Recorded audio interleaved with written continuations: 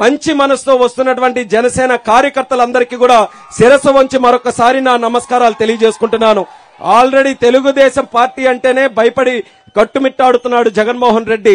మరి పవన్ కళ్యాణ్ గారు వచ్చిన తర్వాత అసలు నిద్రే లేకుండా అయిపోయింది. ఎక్కడికి వెళ్లాలో ఆయనకి తెలియట్లేదు. తాడేపల్లి ప్యాలెస్ కి వెళ్లాలా, ఢిల్లీకి వెళ్లాలా, ఎక్కడికి వెళ్లాలా ఆయనకి తెలియట్లేదు.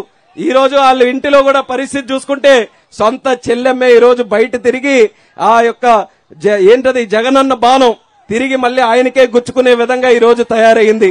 కాబట్టి జగన్మోహన్ రెడ్డి తాలూకా చాప్టర్ ఆల్రెడీ క్లోజ్ అయింది.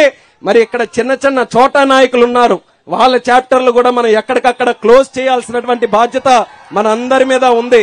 దానికి మీరందరూ కూడా చైతన్యవంతంగా ముందుకు రావాలని పలాస ప్రజానికానికి అందరికీ కూడా మరొకసారి పిలుపునిస్తున్నాను. ఈ రోజు పలాస విచ్చేసి ఒక కొత్త ఉత్సాహం మన కార్యకర్తల్లో తెలుగుదేశం పార్టీలో నింపినందుకు మరి లోకేష్ అన్న గారికి ప్రత్యేకమైనటువంటి అభినందనలు మన ప్రాంతం నుంచి ఆయనకు కూడా తెలియజేసుకుంటూ ఇక్కడ మాట్లాడే అవకాశం ఇచ్చినందుకు శిరీష్ అక్క గారు కూడా ప్రత్యేక ధన్యవాదాలు తెలియజేస్తూ సెలవు తీసుకుంటున్నాను.